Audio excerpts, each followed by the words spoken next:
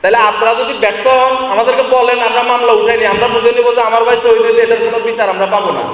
আর যদি বিচার করবেন বলেন, সুষ্ঠুভাবে বিচার করেন, কারণ যে টেকনিকগুলো আওয়ামী লীগ সরকার ব্যবহার করে গেছে সেগুলো এখনো আপনাদের কাছে আছে, সেগুলো ওনারা পালানোর সময় নিয়ে যায় নাই। মোবাইল ট্র্যাকিং সিস্টেম সব আছে।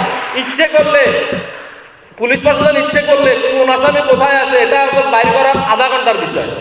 আগে বাইর করে দেখাইছেন না আপনারা, এখন কেন পারতেছেন না? তাহলে কি আমাদের ভাইগুলোর রক্ত বৃথা গেছে? আপনারা বলেন আমাদেরকে, আপনারা আর্থিক সহায়তা দিবেন, আমরা আপনাদের কাছে আর্থিক সহায়তা চাই না। আমরা আপনাদের কাছে একটাই জিনিস চেয়ে আসছি, এখনো চাচ্ছি, সুষ্ঠু বিচার করেন। আর আমরা কেন মামলা করতে হবে? 4 তারিখ কি ঘটনা হয়েছে এটার ভিডিও ফুটেজ আছে আপনাদের কাছে। আমি কেন নাম মেনশন করে মামলা করতে হবে? ভিডিও ফুটেজ দেখলেই তো আপনারা বুঝতে পারেন যে আসামি কে, কারা। সে আওয়ামী লীগের হোক, সে বিএনপির হোক বা জামাতের হোক, আমার দেখার বিষয় না। আমার ভাই মরছে, আমি আমার ভাইয়ের বিচার চাই। আর যখন আন্দোলন করার সময় তো আপনি চান নাই কোন ছেলেটা জামাতের, কোন ছেলেটা বিএনপির, কোন ছেলেটা আওয়ামী লীগের। আমার ভাই শহীদ হয়েছে, আমার ভাইয়ের শহীদ মাসুদের বন্ধু বান্ধবের ধরেন না 4 থেকে 500 বন্ধু বান্ধব আছে। ও বন্ধু যখন বন্ধুত্বের ভিতরে ও আওয়ামী লীগ বিএনপি করে নাই, ওর বন্ধুর বেসের ভিতরে মোস্ট অফ দা বন্ধু আওয়ামী লীগ। ও তো ভেদাভেদ করে নাই, ওর কাছে বন্ধুত্বটা বড় হয়েছে। তাহলে এখন আমার কথা হইলো, আপনারা যদি বিচার না করতে পারেন আমাদেরকে বলেন, আমরা মামলাটা নিজ দায়িত্ব উঠাই আনবো।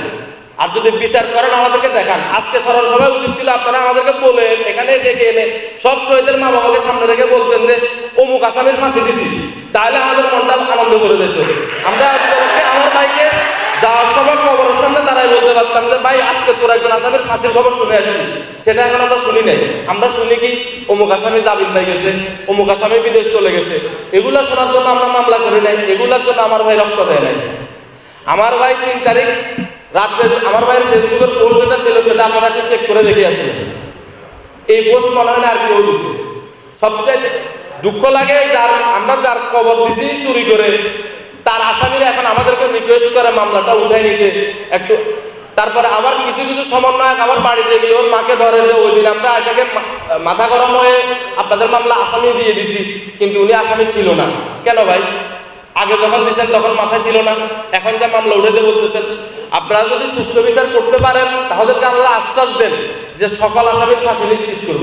আর নাহলে আমাদেরকে বলে দেন মামলা উঠায় নিয়ে চলে যান, এই দেশে বিচার হবে না।